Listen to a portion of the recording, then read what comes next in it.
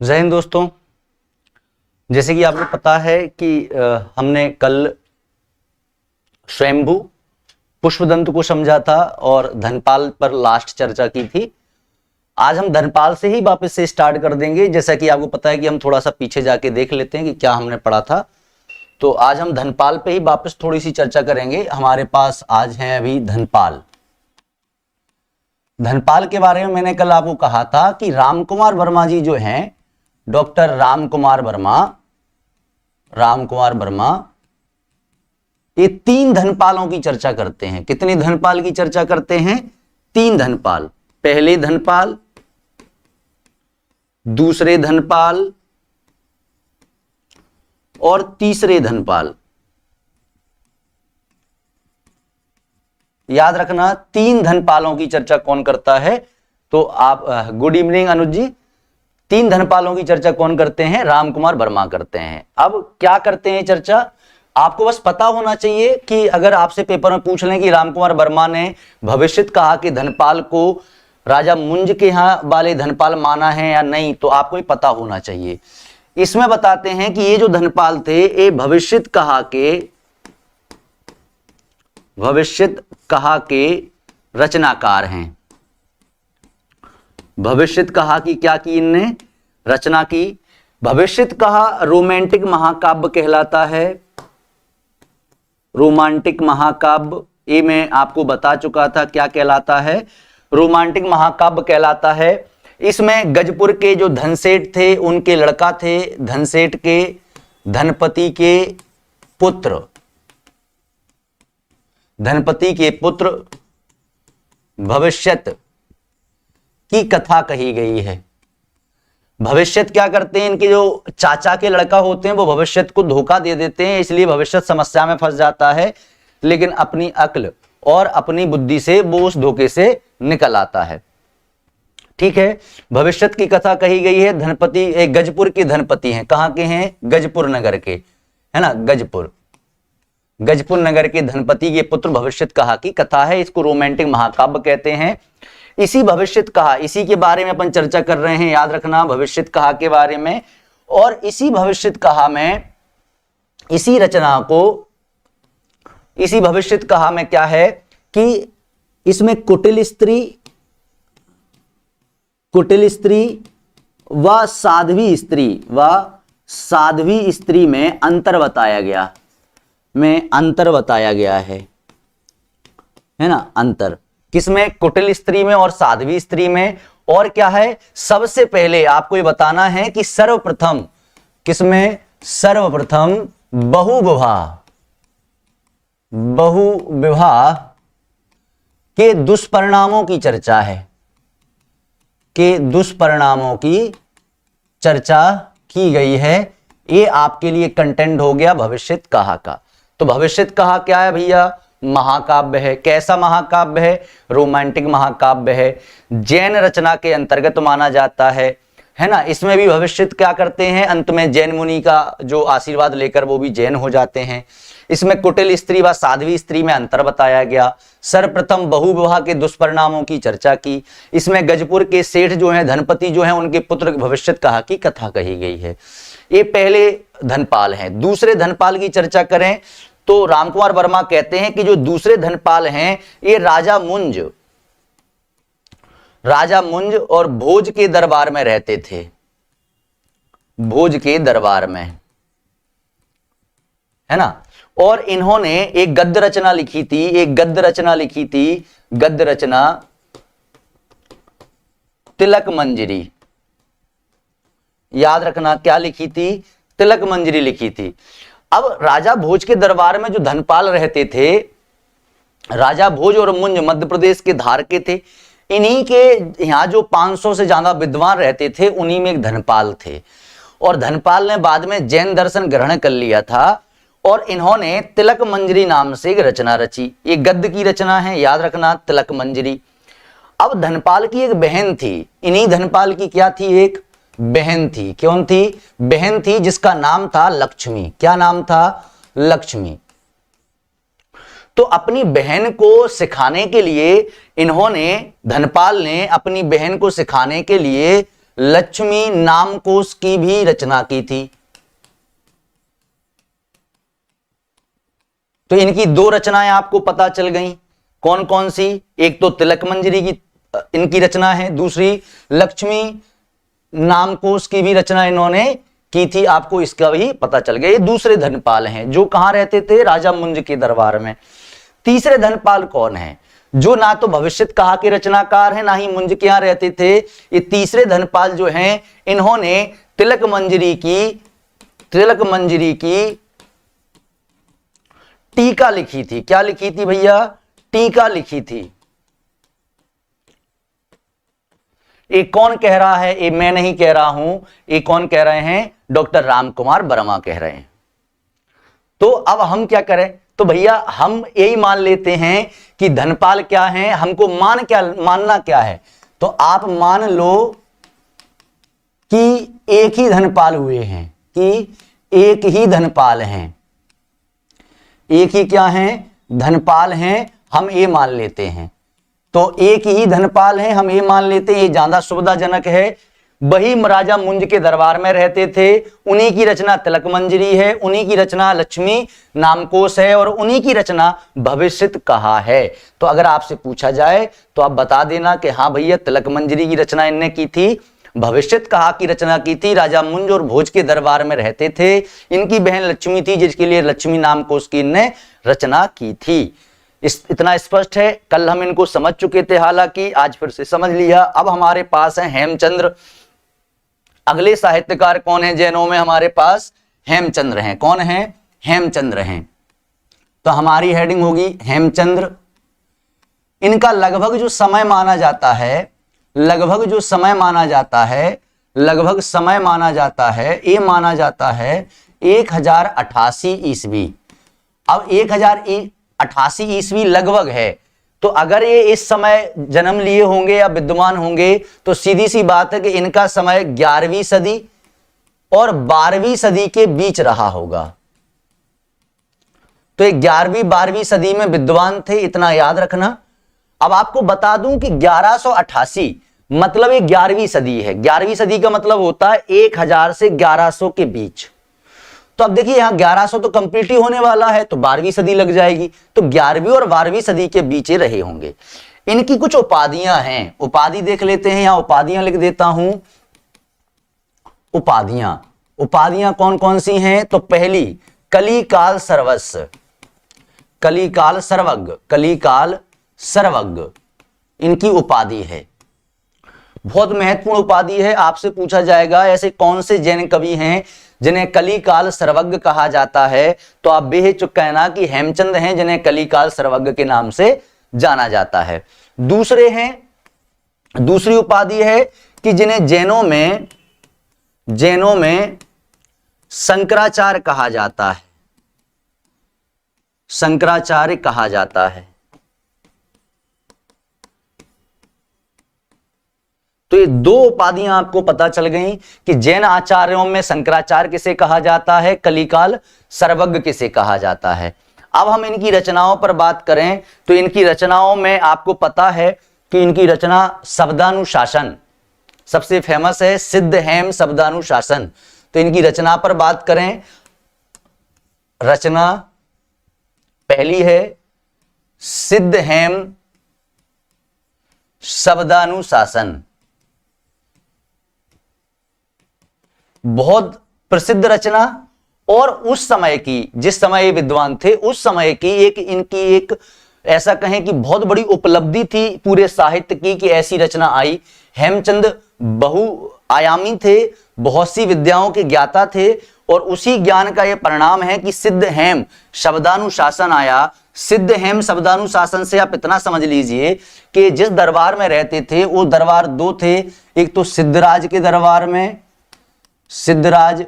दरबार में और दूसरे इनके जो भतीजे थे कुमारपाल, ये दो के दरबार में रहते थे। अब आपसे अगर ये पूछ लिया जाए कि बताइए शब्दानुशासन की रचना हेमचंद्र ने किसके दरबार में की थी, तो देखिए यहां नाम जुड़ा हुआ है सिद्ध, मतलब सिद्धराज के दरबार में की थी। अगर पूछ लें आपसे तो, क्योंकि ये महत्वपूर्ण ग्रंथ है। ये क्या है भैया, तो आप बता देना कि ये व्याकरण ग्रंथ है। कैसा ग्रंथ है? व्याकरण ग्रंथ है। ये व्याकरण ग्रंथ है। इसके कारण इनको एक उपाधि दी गई, जो मैंने अभी इसलिए नहीं लिखी थी कि इसको समझाते हुए लिखूंगा। इसके लिए इनको एक उपाधि दी गई और इन्हें अपभ्रंश का पाणिनि कहा गया। क्या कहा गया भैया? अपभ्रंश का पाणिनि कहा गया। तो आप इस चीज को याद रखना कि अपभ्रंश के पाणिनि किसे कहते हैं? तो अपभ्रंश का पाणिनि हम हेमचंद को कहते हैं, क्योंकि इन्होंने व्याकरण ग्रंथ लिखा था। अब इस व्याकरण ग्रंथ में क्या है? तो इस व्याकरण ग्रंथ में अपभ्रंश,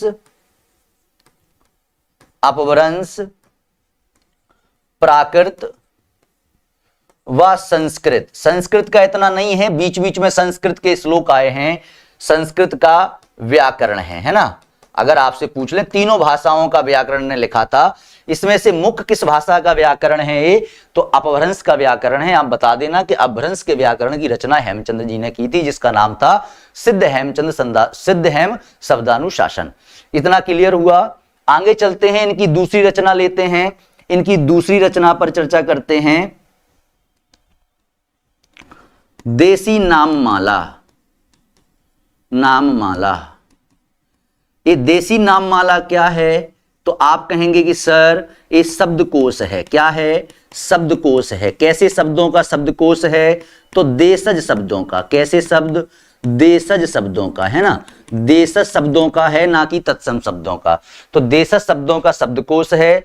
इसमें 18 बोलियों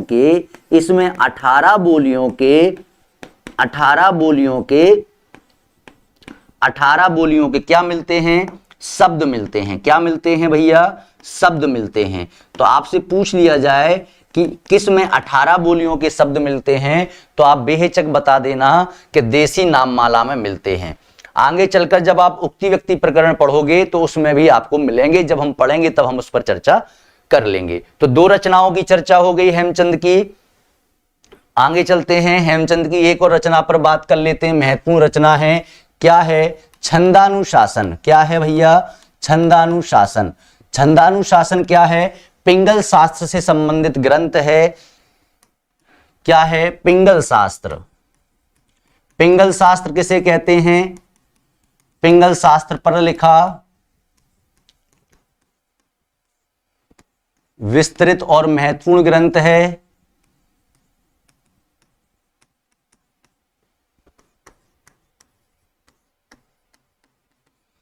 छंदानुशासन क्या है? पिंगल शास्त्र पर लिखा है। पिंगल मतलब होता है छंद पर, है ना। तो किस पर लिखा है? छंदों पर लिखा है। किस पर लिखा है? छंदों पर लिखा है। इनकी अगर हम चौथे ग्रंथों पर बात करें तो इनका चौथा ग्रंथ है द्वादश काव्य। द्वादश काव्य याद रखना, ये बहुत महत्वपूर्ण है। क्या है कि मूल द्वादश काव्य की रचना की थी भट्टी ने संस्कृत में। तो भट्टी नामक एक कवि हुए, उन्होंने क्या किया था? द्वादश काव्य लिखा था। द्वादश काव्य उन्होंने क्यों लिखा था भाई? उनको क्या समस्या क्या थी कि द्वादश काव्य लिख दिया? इसलिए लिखा था द्वादश काव्य कि वो अपने व्याकरण के उदाहरण दे सकें। तो हेमचंद्र ने भी भट्टी का अनुसरण किया। तो आपको यहां लिखना पड़ेगा कि हेमचंद्र ने भट्टी, है ना, भट्टी का अनुसरण कर द्वादश काव्य की रचना की। अब आपको यह तो समझ में आ गया होगा कि जब भट्टी ने अपने व्याकरण ग्रंथ के उदाहरणों के लिए द्वादश काव्य लिखा था, तो सीधी सी बात है कि ये भी द्वादश जो काव्य है ये काय के लिए लिखा गया होगा? तो इनका भी व्याकरण ग्रंथ है, आपने अभी पढ़ा सिद्ध हेम शब्दानुशासन। तो उसके उदाहरणों के लिए इन्होंने लिखा था। तो आपको यह बताना है कि व्याकरण के उदाहरणों के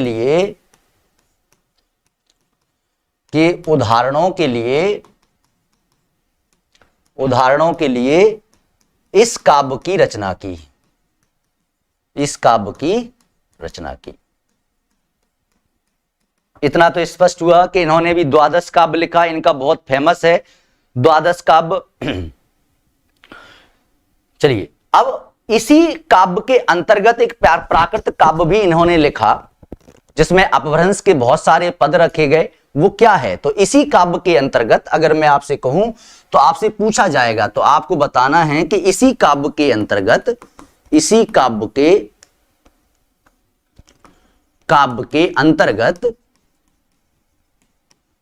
अंतर्गत कुमारपाल चरित्र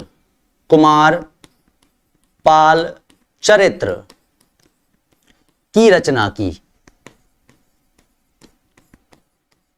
तो इसी ग्रंथ के अंतर्गत की थी, अलग से नहीं की थी। याद रखना, कुमारपाल चरित्र खंड काव्य है। किसका? द्वादश काव्य का। तो आपसे पूछे कैसा काव्य है तो आप कह देना कि भैया ये खंड काव्य है। इसकी रचना किसके अंतर्गत की गई थी? तो द्वादश काव्य के अंतर्गत की गई थी। ये राजा कुमारपाल, जैसे मैंने पहले ही शुरू में बता दिया था आपको कि ये सिद्धराज के यहाँ दरबारी थे और उनके भतीजे कुमारपाल के यहाँ गुजरात में। तो अब कुमारपाल के लिए इन्होंने लिख दिया क्या? कुमारपाल चरित्र। एक क्या है? खंड काव्य है। ये भट्टी के जो द्वादश काव्य के समान इन्होंने द्वादश काव्य लिखा था, इसी के अंतर्गत इन्होंने कुमारपाल चरित्र की रचना की। तो ये इनकी महत्वपूर्ण उपलब्धियां थी जो मैंने आपको बताई हैं। हमें बस महत्वपूर्ण जो प्राचीन कवि हैं उनकी जो ऐसी जानकारी पढ़ने हैं, जो ऐसी जानकारी है जहां से हमारे क्वेश्चन आ सकें। इनकी एक रचना और है योग शास्त्र पर। तो योग शास्त्र पर इनकी एक रचना और है। बाकी इनकी रचनाएं, फुटकल रचनाएं बहुत सारी मिलती हैं। तो हम यहां लिख लेंगे कि इन्होंने अन्य रचनाओं में क्या की? अन्य रचनाओं में योग शास्त्र, योग पर लिखा गया है। पतंजलि को आदर्श बनाकर योग पर लिखा हुआ है।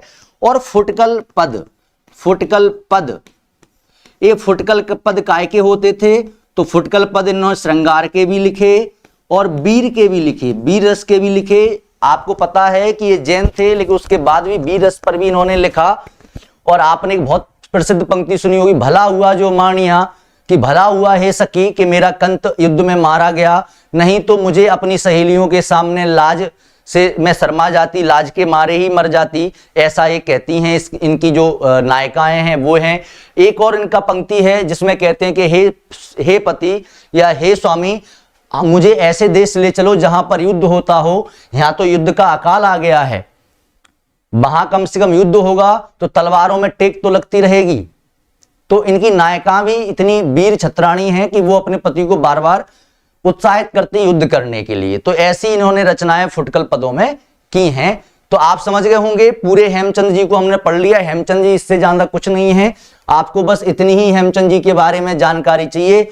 आप नोट्स बनाते चलिएगा, बाकी आपको नोट्स यूट्यूब उस पर ऐप पर डलते ही रहेंगे, तो वो तो आप ले लेंगे। आपके लिए एक जानकारी और है, वो जानकारी ये है कि आपको पता है कि हिंदी साहित्य का इतिहास हम लोग पढ़ चुके हैं। उसका टेस्ट लेने का समय आ गया है।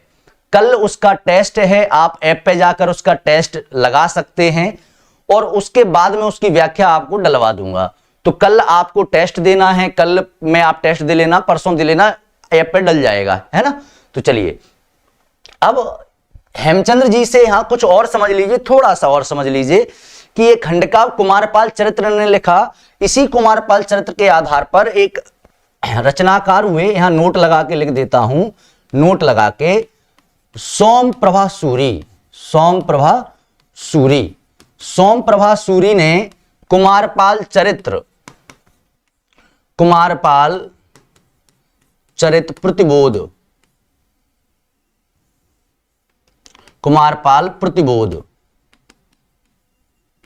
की रचना की। तो अब आपको याद रखना है, प्रतिबोध की रचना किसने की? सोमप्रभा सूरी ने की। और चरित्र की रचना किसने की? तो वो किसने की? हेमचंद्र ने। तो हेमचंद्र को ही आदर्श बनाकर कुमारपाल प्रतिबोध की रचना सोमप्रभा सूरी ने की। और इसमें इन्होंने बार बार हेमचंद के उपदेशों की बात की है। इस ग्रंथ में सूरी ने, कौन सूरी ने? ये लिखे हुए हैं सोमप्रभा सूरी ने हेमचंद के उपदेशों की चर्चा की है, कि उपदेशों की चर्चा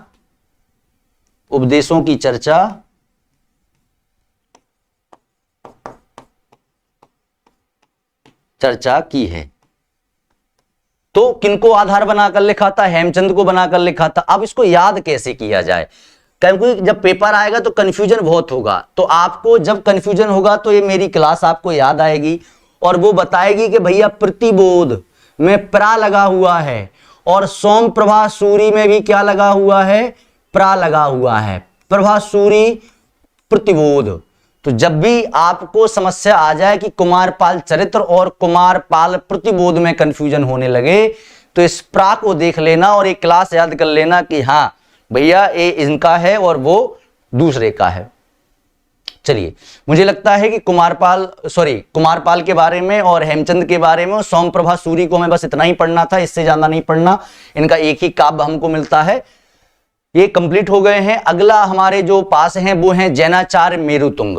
कौन है? जैनाचार्य मेरुतुंग। तो हमारे पास दूसरे आज कौन है? जैनाचार्य मेरुतुंग हैं, जैनाचार्य मेरुतुंग हैं, है ना। ये हमारे पास दूसरे हैं। इन्होंने क्या किया कि लगभग 14वीं शताब्दी के प्रारंभ में मतलब 1304 में प्रबंध चिंतामणि का संपादन किया, संस्कृत के ग्रहों का संग्रहण किया, प्रबंध चिंतामणि। तो इनके ग्रंथ का नाम क्या है आपसे अगर पूछा जाए तो इनके ग्रंथ का नाम है प्रबंध चिंतामणि। प्रबंध चिंतामणि, प्रबंध चिंतामणि 1304 के लगभग माना जाता है, मतलब 14वीं शताब्दी, है ना, याद रखना। तो जैनाचार्य मेरुतुंग ने एक प्रबंध चिंतामणि नामक संग्रह जो है रचना की है। आचार्य शुक्ल इसके बारे में कहते हैं, आचार्य शुक्ल इसके बारे में क्या कह रहे हैं, तो आचार्य शुक्ल कहते हैं कि जो प्रबंध चिंतामणि है एक संस्कृत ग्रंथ भोज प्रबंध के ढंग का बनाया गया है। तो इसको किस ढंग से बनाया गया, तो आपसे पूछा जाए तो आप बता दीजिएगा कि ये भोज प्रबंध, ये मैं नहीं कह रहा हूं, आप यहां लिख देना आचार्य शुक्ल। आचार्य शुक्ल और आचार्य शुक्ल क्या कहते हैं कि भैया ये जो ग्रंथ है प्रबंध चिंतामणि, ये संस्कृत ग्रंथ भोज प्रबंध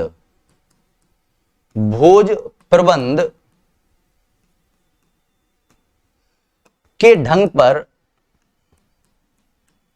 पर बनाया गया है। किसके ढंग पर बनाया गया है आचार्य शुक्ल कहते हैं, तो भोज प्रबंध के ढंग पर बनाया गया प्रबंध चिंतामणि। किसका? जैनाचार्य मेरुतुंग का। आगे ये क्या कहते हैं, ये कहते हैं कि इसमें बहुत से इन्हीं के कथन चल रहे हैं, इसमें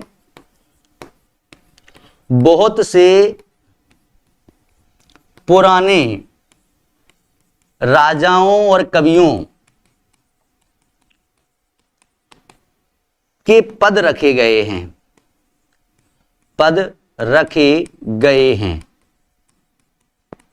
मतलब ये क्या है, अब आपसे इससे स्पष्ट हो रहा है कि ये संग्रह टाइप का है, इसमें बहुत से राजाओं के क्या रखे गए हैं, पद रखे गए। अब इसकी कथा सुनिए।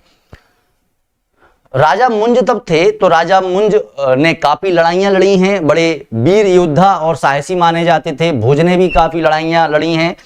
तो क्या हुआ कि राजा भोज के चाचा जो मुंज थे, इसमें मुंज के भी कुछ अपभ्रंश के दोहे हैं, बहुत से पुराने नमूने इसमें मिलते हैं। तो राजा मुंज ने तैलब पर चढ़ाई की थी, तो तैलब के यहां चढ़ाई की, तो राजा तैलब ने क्या किया, इनको बंदी बना लिया। हार गए मुंज, तो तैलब को इनने बंदी बना लिया। अब मुंज थे तो पराक्रमी, चूंकि हार गए, साउथ तरफ जाना एक अपने आप में बहुत बड़ी समस्या है, तो हार गए, उनसे युद्ध हार गए। तो राजा तैलब ने क्या किया, राजा तैलब ने इनको बंदी बना लिया। जब उनके बंदी गृह में थे तो राजा तैलब की बहन थी मृणालवती। मृणालवती से इनको प्रेम हो गया। मृणालवती से जब इनको प्रेम हो गया तो उनके वियोग में और उनके प्रेम में बहुत सारे करुणा आधारित, वियोग श्रृंगार आधारित पद मुंज ने लिखे, और वही वियोग श्रृंगार रस के जो पद हैं, ऐसा माना जाता है कि मृणालवती ने इनके साथ विश्वासघात भी किया था। अब राम जाने मृणालवती ने किया था कि नहीं किया था, लेकिन ऐसा माना जाता है। तो उसी विश्वासघात के कारण उन्होंने बहुत सारे करुणिक रूप से पद लिखे अपभ्रंश में, और वो पदों का संग्रह यहां पर किया गया, ऐसा मिलता है। तो हम इसमें लिखेंगे, हम इसी में लिखेंगे अभी। इसमें और क्या लिखना है प्रबंध चिंतामणि में, कि राजा मुंज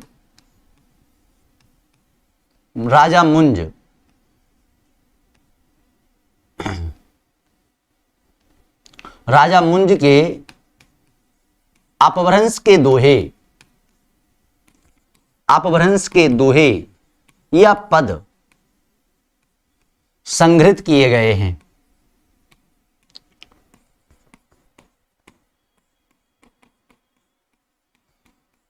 दोहे कैसे हैं? वियोग श्रृंगार वाले हैं, वियोग श्रृंगार और करुणा।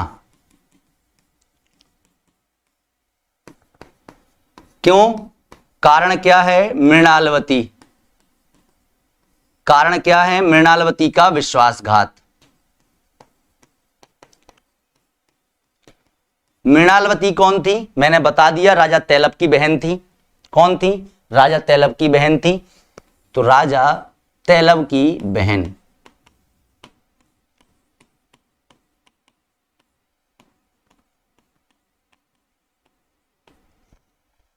तो देखिए, ये जैन में ऐसा ग्रंथ है जिसे जैनेतर पद भी इसमें मिलते हैं। अभी तक जो जैन के आप ग्रंथ देखते आ रहे थे उसमें जैन की ही कुछ ना कुछ बातें कही जा रही थी, लेकिन इसमें राजा मुंज के दोहे हैं, ऐसे दोहे और पद हैं जिनमें वियोग श्रृंगार और करुण रस, श्रृंगार जो करुण रस है वो उभर के आ रहा है। इसलिए जैनेतर जो पद हैं वो भी इसमें संग्रहित हैं। तो आपको बताना है, आपसे पूछा जाए कि ऐसा कौन सा ग्रंथ है जिसमें जैनेतर रचनाएं भी सम्मिलित हैं, तो जैनेतर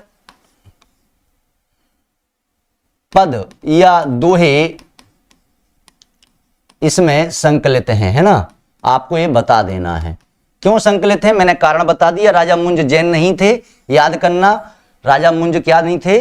जैन नहीं थे। तो जैनाचार मेरुतुंग के बारे में हमने पढ़ लिया कि प्रबंध चिंतामणि 14वीं शताब्दी इसका समय है, 1304 के लगभग इसको संकलित किया गया था। और बस इतनी सी जानकारी है। एक इसमें और चीज मिलती है कि इसमें दूहा विद्या विवाद प्रसंग भी मिलता है कहीं कहीं पर, लेकिन वो इतना महत्वपूर्ण नहीं है। लेकिन तब भी हमारे लिए क्या पता पूछ लें कि दूहा विवाद कहां मिलता है। तो दूहा विद्या विवाद प्रसंग का उल्लेख है ना। अगर आपसे पूछ लिया जाए कि इस प्रसंग का उल्लेख कहां है तो आप बता देना कि इसी ग्रंथ में है। किसमें? प्रबंध चिंतामणि में। तो दो चीजें हमारे यहां क्लियर हो गई। हेमचंद पढ़ लिया, हेमचंद के तुरंत बाद हमें मौका मिल गया सोमप्रभा सूरी को समझने के लिए, तो हमने इनको भी समझ लिया। कुमारपाल प्रतिबोध इनकी रचना है और इस ग्रंथ में सूरी ने हेमचंद के कहीं कहीं उपदेशों की चर्चा भी की है। उसके बाद हमने लगे हाथ किसको पढ़ लिया? तो जैनाचार मेरुतुंग की रचना पढ़ ली। तो जैनाचार मेरुतुंग की जो रचना है वो भी हमारे यहाँ काम की थी। अगले हमारे पास जो कवि हैं वो हैं लक्ष्मीधर और सारंगधर। इन पर और चर्चा करेंगे, लक्ष्मीधर और सारंगधर। पहले हम इनकी वंशावली समझ लेते हैं कि इनकी वंशावली क्या है। तो महाराज हम्मीर देव थे। आगे चलते हैं, मैं दो व्यक्ति ले रहा हूं, याद रखना, दो व्यक्तियों पर चर्चा करेंगे हम। कौन से? लक्ष्मीधर और सारंगधर। और सारंगधर ये कौन है? तो अब आपको इसकी कहानी बताता हूं कि राजा हम्मीर देव जो थे, राजा हम्मीर देव के सभासदों में, मतलब उनके दरबार में राघव देव जी रहते थे। राघव देव जी के 3 लड़के हुए। इनका एक का नाम भोपाल था, दूसरे का नाम दामोदर था और तीसरे का नाम देवदास था। तो 3 हुए, भोपाल, दामोदर और देवदास। इसमें जो दामोदर थे, दामोदर के वापस से 3 लड़के हुए। 3 लड़कों में से एक का नाम है लक्ष्मीधर, दूसरे का नाम है सारंगधर और तीसरे का नाम है कृष्णधर। तो 3 लड़के हुए। तो अब आपको इनकी वंशावली पता चल गई। अब हम वंशावली के बाद थोड़ा सा लिख लेते हैं ताकि आपको याद हो जाए। राजा हम्मीर, हम्मीर देव है ना, हम्मीर देव चौहान कहते हैं इनको। तो राजा हम्मीर, हम्मीर देव के सभासदों में कौन थे? राघव देव थे। कौन थे? राघव देव थे। अब राघव देव के 3 पुत्र हुए। 3 पुत्र कौन कौन से हैं? मैंने अभी बताया, भोपाल। अच्छा, भोपाल शहर का नाम तो है ही है, इनके पुत्र का नाम था। भोपाल का मतलब पहले भूपाल होता था, पूरी पृथ्वी के राजा, भू के पाल, है ना। फिर वो अपभ्रंश में आता आता क्या हो गया? भोपाल हो गया। दूसरे थे दामोदर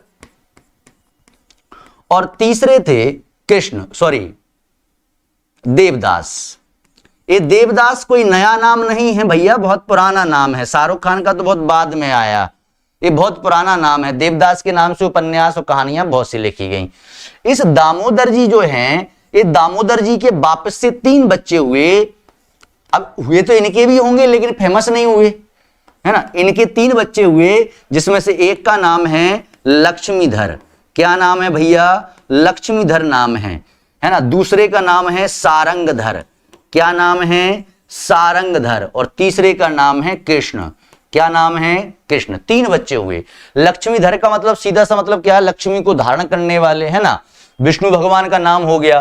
सारंगधर किसका नाम हो गया? सारंगधर जो सारंग को धरता हो, सारंग जिसका धनुष या सर्प, सारंग को सर्प भी बोलते हैं, धनुष भी है उनका, तो शंकर जी हो गए। और कृष्ण, तीनों नाम ये आपको मिल गए।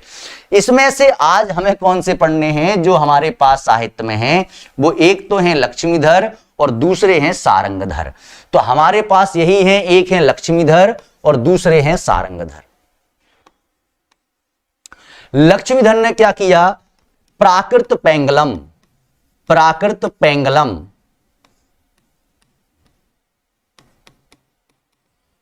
प्राकृत पेंगलम का संग्रह किया। किसका? प्राकृत पेंगलम का संग्रह किया। किसने किया भैया? लक्ष्मीधर ने किया। आपसे पूछ लें तो प्राकृत पेंगलम का किसने किया? लक्ष्मीधर ने किया। इसमें विद्याधर, सारंगधर, जजबल, बब्बर आदि कवियों की रचनाएं मिलती हैं। तो इसमें 3-4 कवियों की रचनाएं मिलती हैं, जिसमें से बब्बर हैं, सारंगधर हैं, विद्याधर हैं और जजबल हैं। तो आपको अगर बताया जाए कि भाई इसमें किस किस की रचना संग्रहित है या किसकी नहीं है, ऐसा क्वेश्चन आ सकता है, तो आपको बताना है विद्याधर, सारंगधर, बब्बर और जजबल इत्यादि कवियों की रचनाएं मिलती हैं। समय क्या है? 14वीं शताब्दी है। अगर आपसे पूछा जाए समय क्या है, 14वीं सदी है। क्यों है 14वीं सदी? तो हमीर देव का समय किस आचार्य शुक्ल ने 14वीं 13वीं 14वीं सदी ही माना है। 13वीं 14वीं सदी से अब उनके लड़का सभासद, फिर उनके लड़का, फिर उनके लड़का, तो इतना 14वीं शताब्दी में हम पहुंच जाते हैं। तो 14वीं शताब्दी में कौन हुए? लक्ष्मीधर हुए, जिन्होंने ऐसा किया था।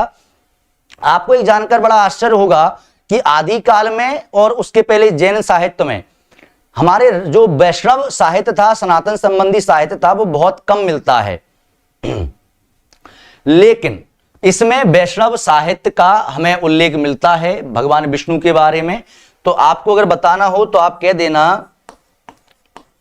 कि वैष्णव साहित्य मिलता है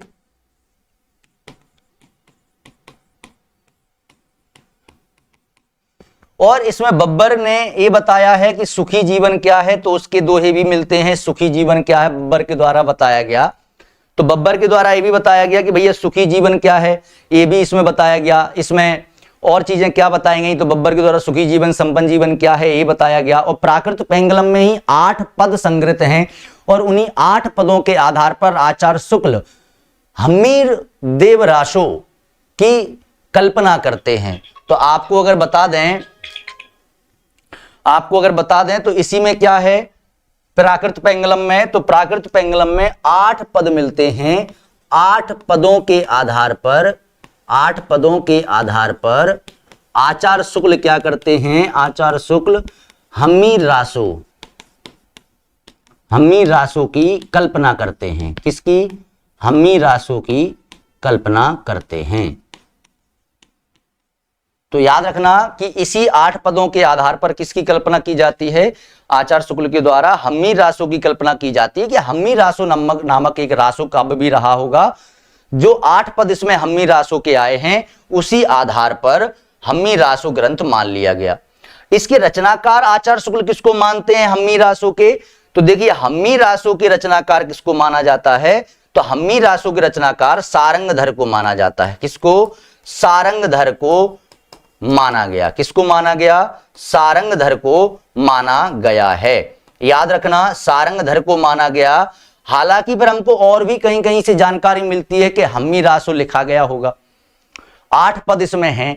आगे चलकर रीति काल जब समाप्त हो रहा था और आधुनिक काल जब आ रहा था, तो एक चंद्रशेखर वाजपेयी जी जो हुए हैं, उन्होंने हम्मीर देव के नाम से, हम्मीर देव प्रबंध के नाम से कृति लिखी है।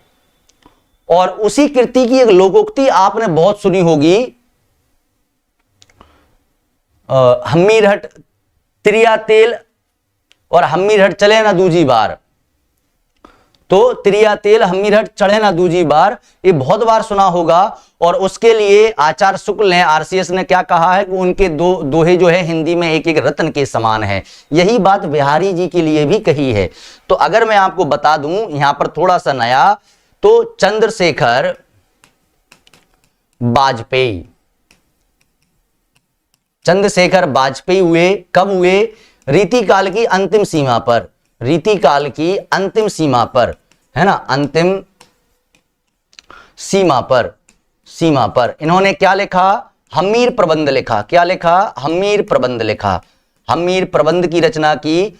और इसी की एक पंक्ति है, बड़ी फेमस है कि त्रिया तेल हम्मीर हट चढ़े ना दूजी बार। तो आपने अगर ये सुना हो तो आप यहां लिख लेना, त्रिया तेल हम्मीर हट चढ़े ना दूजी बार,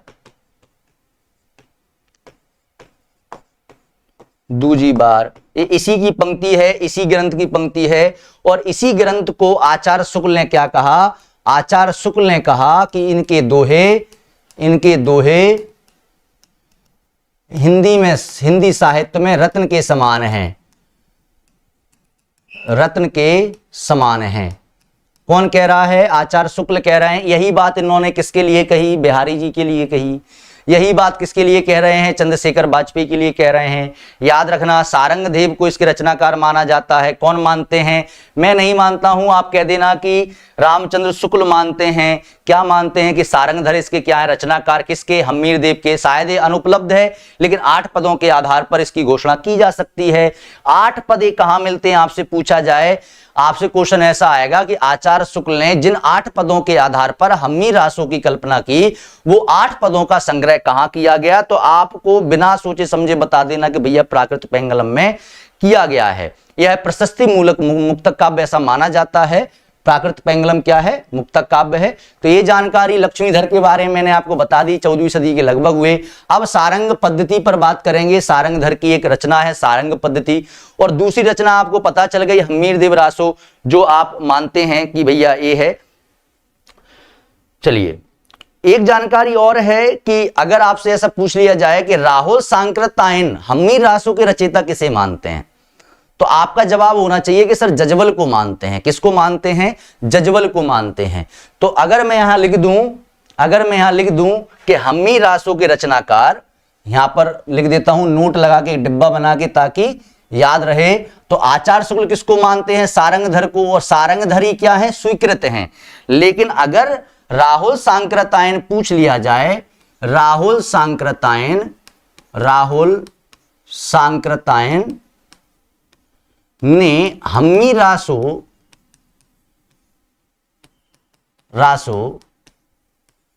के रचनाकार किसे माना है? जजवल को माना है। किसे माना है भैया? जजवल को माना है। किसे माना है? जजवल को माना है। तो आपको 2 याद रखने हैं। कौन कौन से? कि एक तो सारंगधर हैं आरसीएस के आधार पर, और राहुल सांकृत्यायन के आधार पर कौन है? जजवल हैं। हम्मीर रासो का पता कहां से लगता है? 8 पदों के आधार पर। 8 पद कहां दिए गए हैं? प्राकृत पेंगलम में। प्राकृत पेंगलम में किस किस कवि के हमको चीजें मिलती हैं? तो विद्याधर, सारंगधर, बब्बर, जजवल इत्यादि कवियों की रचनाएं मिलती हैं। ये वैष्णव साहित्य भी यहां मिलता है। इसका संग्रह किसने किया? प्राकृत पेंगलम का लक्ष्मीधर ने। लक्ष्मीधर कौन है? दामोदर के लड़के हैं। दामोदर कौन है? राघव देव के लड़के हैं। राघव देव कौन है? राजा हम्मीर के सभासदों में से एक हैं। कितना आसान हो गया सब। और लक्ष्मीधर और सारंगधर कौन है? तो आप बता देना कि लक्ष्मीधर और सारंगधर कौन है? भैया भैया हैं। चलिए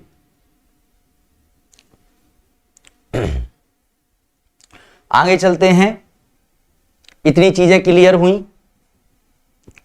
चलिए आगे चलते हैं, सारंगधर पद्धति को और समझ लेते हैं। अगले कौन है सारंगधर, जो मैंने यहां हेडिंग डाली थी, हेडिंग तो जरूर डाल दी थी लेकिन हमने यहां इस पेज पे इनको समझ नहीं पाया क्योंकि पेज भर गया।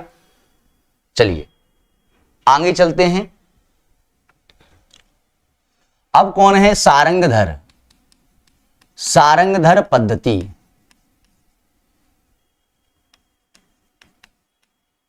सारंगधर पद्धति, सारंगधर पद्धति ग्रंथ की रचना किसने की? अब नाम से ही पता चल रहा है भैया, सारंगधर ने की थी। किसने की?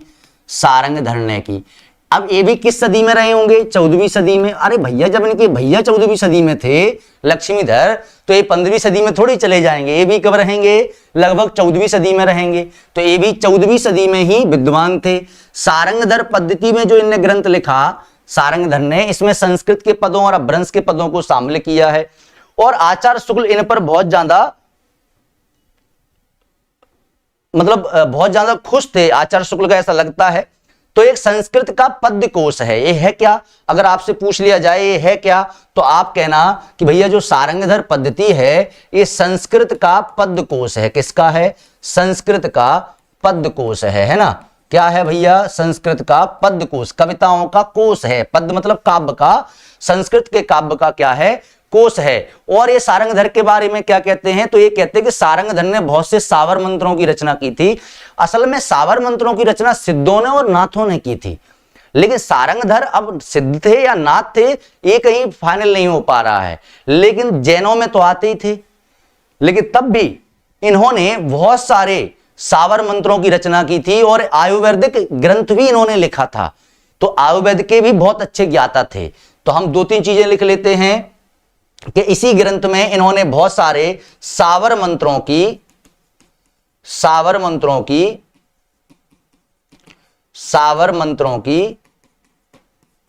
रचना की, है ना। सावर मंत्रों की रचना की। सावर मंत्रों की रचना मुख्यतः किसने की अगर आपसे पूछी जाए तो सिद्ध और नाथों ने सावर मंत्रों की रचना की थी।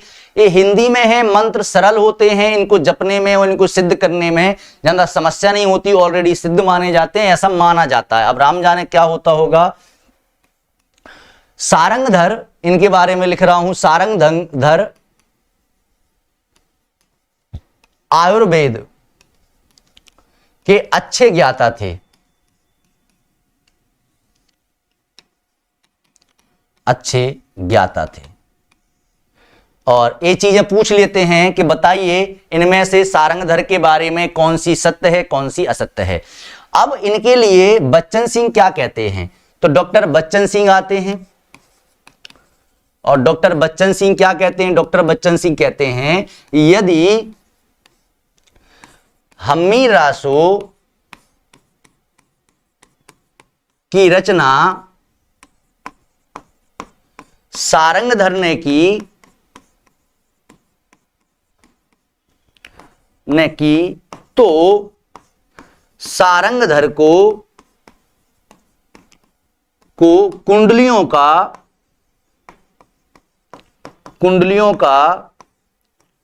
प्रथम प्रयोक्ता कहा जा सकता है। कहा जा सकता है। तो अगर आपसे पूछ लें कि भैया बच्चन सिंह ने इनके बारे में क्या कहा, तो बच्चन सिंह ने ये कहा। और आचार्य शुक्ल इनको आयुर्वेदिक का बहुत अच्छा क्या मानते हैं? एक अच्छा ग्रंथकार मानते हैं। आयुर्वेदिक की अच्छी जानकारी थी। और आचार्य शुक्ल क्या कहते हैं कि अच्छे कवि और सूत्रकार थे। तो अगर आचार्य शुक्ल का भी आ जाए तो बहुत बड़ी आश्चर्य नहीं है, क्योंकि भैया आजकल कथन पूछने का एक चलन चल गया है। तो आचार्य शुक्ल क्या कहते हैं कि सारंगधर एक अच्छे कवि व सूत्रकार थे। क्या थे? सूत्रकार थे। चलिए, जैन रचनाकार आज समाप्त हो गए हैं। अपभ्रंश के जितने भी जैन रचनाकार थे, जिसमें हमने किस किस को पढ़ा तो उस पर चर्चा कर लेते हैं एक बार। हमने स्वयंभू को पढ़ा, हेमचंद को पढ़ा, पुष्पदंत को पढ़ा, मुनिराम को पढ़ा, मुनीराम को पढ़ लिया, इन्होंने पाहुड़ दोहा की रचना की थी। और हीरालाल ने इनका जो समय माना है वो 1000 मतलब 11वीं सदी के लगभग माना है, 10वीं 11वीं सदी के लगभग। पाहुड़ का मतलब होता है संस्कृत में दोह, उपहार, तो दोहों का उपहार। और जैनों में समस्त श्रुति को पाहुड़ कहा जाता है। तो पाहुड़ की हमने पढ़ी लिया था, राम मुनि को ये सर्वश्रेष्ठ रहस्यवादी कवि कहलाते हैं जैनों में। हेमचंद को पढ़ लिया, सोमप्रभा सूरी को पढ़ लिया, जैनाचार्य मेरुतुंग को पढ़ लिया, विद्याधर को प्राकृत पेंगलम की रचनाकार लक्ष्मीधर को पढ़ लिया, और हमने सारंगधर को पढ़ लिया। अच्छा, विद्याधर नहीं पढ़ा तो विद्याधर बता देते हैं। विद्याधर आचार्य शुक्ल मानते हैं कि कन्नौज के राठौर सम्राट जो थे जयचंद, उनके प्रताप और पराक्रम का वर्णन इनके ग्रंथ में मिलता है। ग्रंथ का पता नहीं, लेकिन कुछ पद हमको जरूर मिल जाते हैं, तो मैं आपको बता दूंगा कल क्लास में। प्राकृत पेंगलम की रचना का लक्ष्मीधर को पढ़ लिया, सारंगधर पद्धति के सारंगदेव को पढ़ लिया। अब हमारे पास जो जैन रचनाकार हैं, अब हम रास साहित्य में जाते हैं, और रास साहित्य में जो हिंदी के जैन रचनाकार माने जाते हैं, अब हम उनको पढ़ना स्टार्ट करते हैं। तो सबसे पहले हम बात करते हैं रास की। इसके बारे में जब मैं जैन साहित्य स्टार्ट कर रहा था तब मैंने आपको बताया था कि रास क्या होता है, रास का गायन कैसे किया जाता है, और रास परंपरा में आगे चलकर कृष्ण रास जो परंपरा है वो विकसित हुई। इसको गाया जाता है, श्रृंगार रस से संबंधित होते हैं। रात्रि में जो जैन लोग होते हैं वो मंदिरों में बैठकर या घरों में बैठकर ताल देकर इसका गायन करते हैं। ये मादक होता है, श्रृंगार रस से ओतपोत होता है रास। और सबसे ज्यादा जैन साहित्य में प्रसिद्ध जो हुआ वो रास है। और अगर आपसे पूछा जाए कि सर्वाधिक चरित्र काव्यों की रचना किस साहित्य में हुई, तो बेहिचक कह देना कि जैन साहित्य में हुई। तो मैं नोट लगा के आपको यहां लिख देता हूं ताकि आपकी स्मृति में बना रहे।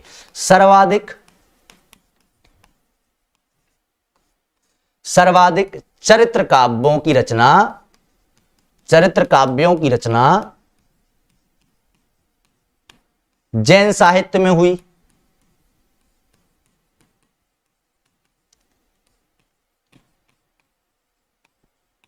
पहला। दूसरा, रास साहित्य जैनों में सर्वाधिक प्रचलित है, सर्वाधिक प्रचलित व प्रसिद्ध है।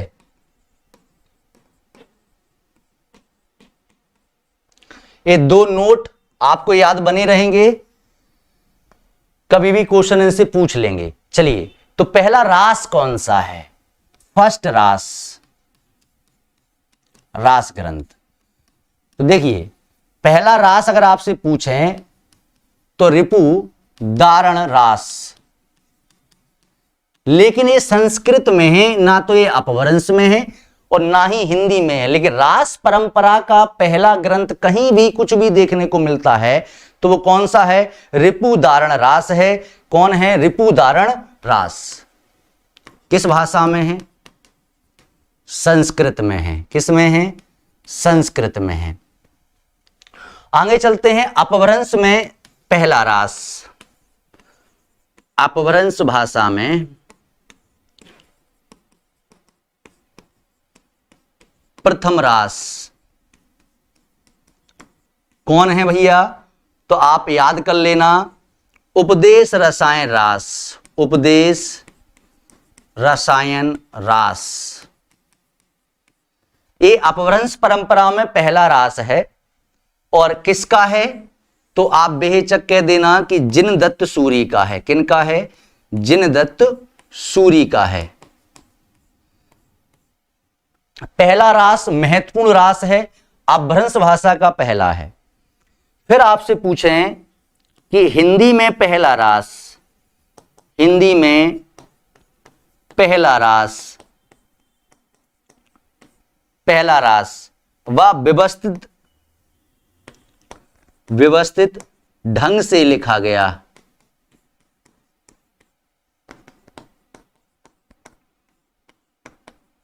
तो आप कहना भरतेश्वर बाहुबली रास। भरतेश्वर बाहुबली रास 1184, है ना। हिंदी का पहला रास भरतेश्वर बाहुबली रास, अपभ्रंश का पहला रास या अपभ्रंश भाषा में या जैन साहित्य में पहला रास तो कौन सा है? उपदेश रसायन। और प्रथम रास कौन सा है सभी भाषाओं में, सभी प्रकार के साहित्य में? तो रिपुदारण रास है। ये 3 रासों के नाम आपको क्या करना है? याद बना के रखना है। ठीक है, आगे चलते हैं। ये 3 रास आपने पढ़ लिए। अगर आपसे पूछा जाए कि बताइए भैया ऐतिहासिक रास कौन सा है, ऐतिहासिक रास कौन सा है, तो आप कह देना कि ऐतिहासिक रास जो है वो पंच पांडव चरित्र रास है। कौन सा है? पंच पांडव चरित्र रास। उसको शालिभद्र सूरी ने लिखा है ना। भरतेश्वर बाहुबली भी किसने लिखा? शालिभद्र सूरी ने लिखा। लेकिन दोनों में अंतर है, शालिभद्र सूरी, दोनों में क्या है भैया? अंतर है। क्या अंतर है तो हम यहां समझ लेते हैं अभी। चलिए, अगला हमारा पॉइंट है प्रथम ऐतिहासिक रास। प्रथम ऐतिहासिक रास कौन सा है? पंच पांडव, पंच पांडव रास, पंच पांडव चरित्र रास। इसकी रचना किसने की थी? शालिभद्र, शालिभद्र सूरी सेकंड। याद रखना, ये बहुत कंफ्यूजिंग हो जाएगा पेपर में। शायद है हम कभी याद नहीं रखते कि वो शालिभद्र सूरी अलग हैं और ये शालिभद्र सूरी अलग हैं। कौन? भरतेश्वर बाहुबली वाले अलग हैं और ये जो वाले हैं वो अलग हैं, क्योंकि इसकी रचना 1350 में की गई और उसकी रचना 1184 में की गई। मतलब आप देखिए ना, इसकी रचना 1350 में है और इसकी रचना कब है? इसकी 1184 में है। देखिए कितना अंतर हो गया भैया। कोई आदमी इतना जीता है क्या? 1350, 1184, 150 से ज्यादा वर्ष, 150 के पहले वो लिखा, 150 वर्ष बाद ये लिखा। ऐसा हो सकता है? नहीं हो सकता। इतना आदमी थोड़ी जी सकता है भाई।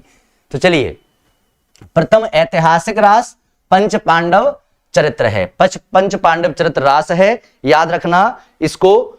आगे चलते हैं। अब इस पूरी परंपरा में हिंदी में जो हम जैनों को पढ़ने वाले हैं, रास परंपरा पढ़ने वाले हैं, उसमें पहला कवि हमारे पास है देवसेन। कौन है पहले कवि? देवसेन। पहले कवि कौन है? अच्छा, इसमें चरित्र भी जोड़ लेना। अगर आपको ऐसा लगे कि चरित्र नहीं जोड़ा सर ने, तो चरित्र भी भैया जोड़ ही लेना। चरित्र रास है ना। पहले कवि कौन है अब हमारे यहां? देवसेन। कौन है? देवसेन। ऐसा माना जाता है कि 10वीं सदी में, 10वीं सदी में विद्वान थे, क्योंकि 933 में इन्होंने, 933 ईस्वी में इन्होंने एक रचना रची थी जिसका नाम था श्रवकाचार्य, है ना। श्रवकाचार्य इन्होंने एक रचना रची और 933 ईस्वी के लगभग रची थी। तो सीधी सी बात है कि 10वीं सदी में रहे होंगे, है ना। मान के चलो 905 को जन्म हुआ, 933 में इन्होंने रचना रच दी और भी कुछ साल जिए होंगे, तो 10वीं सदी में विद्वान थे। तो आपसे पूछा जाए सदी तो 10वीं सदी, समय पूछा जाए तो 933। अब आते हैं डॉक्टर नगेंद्र पर। किस पर आते हैं? आज मैं बस इनकी आपको पृष्ठभूमि बता रहा हूं, पढ़ेंगे हम अगली क्लास में इनको व्यवस्थित रूप से। डॉक्टर नगेंद्र 2 बात कहते हैं और दोनों बातें हमको समझ लेनी चाहिए बहुत अच्छे से। डॉक्टर नगेंद्र 2 बात क्या कहते हैं, पहले तो वो याद रखना। डॉक्टर नगेंद्र पहली बात कहते हैं कि यदि हिंदी का पहली बार कहीं प्रयोग हुआ है तो सिद्ध सरहप्पा के यहां। अब जब आप इस स्टेटमेंट को इनके को पढ़ोगे तो आपको लगेगा कि भाई सिद्ध नगेंद्र ने तो देवसेन को पहला कवि माना था। अब ये सिद्ध सरहप्पा के बारे में क्या बोल गए? मतलब ऐसा काहे करते हो भाई? पहले कंफ्यूज मत किया करो, एक बार बता दिया करो कि किसको पहला कवि मानना है, किसको दूसरा कवि मानना है, किसको मानना है, किसको नहीं मानना है। मतलब कंफ्यूज करते हैं कि पहली बार हिंदी का प्रयोग कहीं मिलता है तो सिद्ध सरहप्पा के पदों में मिलता है। तो याद रखना कि सिद्ध सरहप्पा के यहां मिलता है, लेकिन इनके यहां पदों में मिलता है, मुक्तक पदों में। किस में भैया? मुक्तक पदों में, क्योंकि इन्होंने प्रबंध की रचना या किसी ग्रंथ की रचना तो की नहीं थी, मुक्तक पद लिखे थे।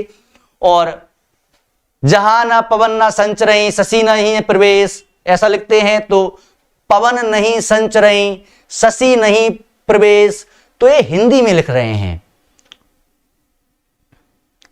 ब्राह्मण सत्यल बखान हूं, तो ये हिंदी के पद यहां आ रहे हैं। तो कहीं कहीं हिंदी अगर पहली बार देखने को मिल रही है तो सिद्ध सरप्पा के यहां मिल रही है। लेकिन इनको हिंदी का पहला कवि नहीं मानते। इनको कौन मानता है? तो इनको मानता है राहुल सांकृत्यायन जी, इनको हिंदी का पहला कवि मानते हैं। लेकिन अगर डॉक्टर नगेंद्र की बात करें तो ये कहते हैं कि यदि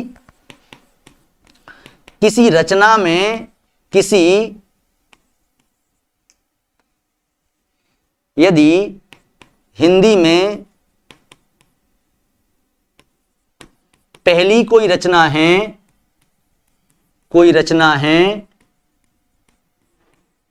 है तो वह देवसेन की श्रव का चार है। अब आई बात समझ में? तो नगेंद्र क्या मान रहे हैं? नगेंद्र कह रहे हैं कि पहली बार यदि हिंदी में कोई रचना लिखी गई है तो वो कौन है? श्रवकाचार्य है, एक रचना के रूप में। और अगर मुक्तक पदों में सबसे पहले कहीं प्रयोग हुआ तो सिद्ध सरहप्पा के यहां। और देवसेन को इसलिए क्या मानते हैं डॉक्टर नगेंद्र? हिंदी का पहला कवि, हिंदी का पहला कवि मानते हैं। तो याद रखना, ये दोनों स्टेटमेंट नगेंद्र के ही हैं, इसलिए लिखवा दिए हैं, कंफ्यूजन नहीं होना चाहिए। सरहप्पा के पदों में क्या मानते हैं? तो सरहप्पा के पदों में हिंदी का सर्वाधिक सबसे पहले प्रयोग अगर हिंदी के कहीं होने लगा था तो सिद्ध सरहप्पा के पदों में होता था। लेकिन यदि ग्रंथ रूप में कोई रचना हिंदी में पहली बार मिलती है तो देवसेन की श्रवकाचार्य मिलती है, इसलिए देवसेन को हिंदी का पहला कवि स्वीकार किया जा सकता है और श्रवकाचार्य को हिंदी की पहली रचना माना जा सकता है। ये कौन मान रहे हैं? तो ये नगेंद्र मान रहे हैं। लेकिन आचार्य शुक्ल तो भैया इसके बिल्कुल विपरीत हैं। आचार्य शुक्ल कहते हैं कि इसकी भाषा अपभ्रंश का अधिक प्रचलित रूप लिए हुए हैं। मतलब मान तो वो भी रहे थे कि हिंदी के निकट है, अपभ्रंश का अधिक प्रचलित रूप लिए हैं। श्रवकाचार्य के बारे में ही आचार्य शुक्ल ने ऐसा कहा है। इसमें 250 दोहे हैं जिनमें सेवकों के लिए जो क्या धर्म है वो बताया गया, गृहस्थों के लिए क्या धर्म है वो बताया गया। श्रवक क्या होते हैं? जैन दर्शन को मानने वाले श्रवक होते हैं, तो उनके क्या नियम आचार होने चाहिए, गृहस्थों के लिए क्या नियम आचार होने चाहिए, ऐसी बात इसमें कही गई है। इनके और भी ग्रंथ हैं, दब्ब सहाय पयास, द्रव्य स्वभाव प्रकाश, इसका नाम है हिंदी में दब्ब सहाय प्रकाश। इसको वृहत नयन चक्र भी कहा जाता है। और दब्ब सहाय प्रयास जो प्रयास है उसको शुभंकर को एक व्यक्ति हुए हैं, उनके कहने पर आचार्य शुक्ल ऐसा मानते हैं कि मलाई धवल ने गाथाबंद किया था, इसको प्राकृत की गाथा जो है उसमें लिखा था। लेकिन बच्चन सिंह ऐसा मानते हैं कि मलाई धवल ने ही दब्ब स्वभाव प्रकाश की रचना की, लेकिन वो देवसेन के नाम से प्रचलित है। अब इसका क्या सही है हमें नहीं पता, हम दोनों के उदाहरण लिख देंगे कि भैया रामचंद्र शुक्ल ये कहते हैं और डॉक्टर बच्चन ये कहते हैं, अब आपस में देख लो किसका सही है किसका गलत है। लेकिन हमसे पूछा जाएगा रचना किसकी है? देवसेन की है। आचार्य शुक्ल को प्राथमिकता में रख देंगे। क्यों? क्योंकि आचार्य शुक्ल का रेफरेंस भी दे सकते भैया आचार्य शुक्ल ही आचार्य शुक्ल है, बच्चन सिंह है। इतना तो हमें अपने दिमाग से चलना है कि आचार्य शुक्ल ने कोई बात कही तो हम बिल्कुल कह देंगे आचार्य शुक्ल ने ऐसा कहा है। तो बृहद नयन जब उसको कहा गया, नयन चक्र तो एक लघु नयन चक्र और इनने लिखा जिसका नाम नयन चक्री है, वो बड़ा फेमस है, जिसमें दर्शन सार है, जैन धर्म का जो दर्शन है वो उसमें दिया गया है। तो ये इनके क्या है ग्रंथ हैं। इतने ग्रंथ हमें देवसेन के पढ़ने, इतनी जानकारी देवसेन के बारे में पढ़नी है, जो स्टेटमेंट है वो भी पढ़ने हैं। आज की क्लास में हमने पुष्पदंत को तो हम पढ़ ही चुके थे, हेमचंद को, सोमप्रभा सूरी को, सारंगधर को, लक्ष्मीधर को, इन सबको हमने पढ़ लिया है। रास का परंपरा का प्रारंभ कर लिया है। रास परंपरा क्या होता है मैं बता ही चुका था आपको। अब रास परंपरा में हम पढ़ना स्टार्ट करते हैं। एक एक से सारे रास जो आएंगे उनको पढ़ते चले जाएंगे। महत्वपूर्ण रासों की ट्रिक पर भी चर्चा करेंगे। तो याद रखना, कल आपका हिंदी साहित्य इतिहास का टेस्ट रहेगा। आप लोग ऐप पे जाके टेस्ट सॉल्व कर लें। बेसिक टेस्ट सॉल्व रहेगा, जैसे आप क्लिक करेंगे तो बता दिया जाएगा भाई सही है कि गलत है। उसके बाद उसकी व्याख्या मैं सोमवार को डलवा दूंगा, तो व्याख्या भी एक बार देख लीजिएगा। तो तब तक के लिए मुझे आज्ञा दीजिए। और हाँ, एक बात और, मकर संक्रांति की आप सभी लोगों को बहुत शुभकामनाएं हैं। जब सूर्य मकर राशि में जाते हैं साल में एक बार, तब मकर संक्रांति पड़ता है और इसका एक अपना ही अलग महत्व है। तो मकर संक्रांति की आप लोगों को बहुत बहुत शुभकामनाएं। बहुत अच्छे अच्छे लड्डू खाना, तिली के, गुड़ के, सभी के। और मैं भी कोशिश करूंगा कि बहुत अच्छे अच्छे लड्डू खाऊं। तो मिलेंगे। मकर संक्रांति की छुट्टी रहेगी 14 तारीख को, याद रखना। तो 14 तारीख को क्लास नहीं रहेगी, 15 को रहेगी। फिर 13 को आपके टेस्ट की व्याख्या होगी और 15 को आपकी क्लास वापस से रेगुलर हो जाएगी। तो मुझे आज्ञा दीजिए, मिलेंगे हम अगली क्लास में। तब तक के लिए लड्डू और पपड़ियों का आप लोगों को बहुत बहुत इंतजाम हो। चलते हैं, धन्यवाद।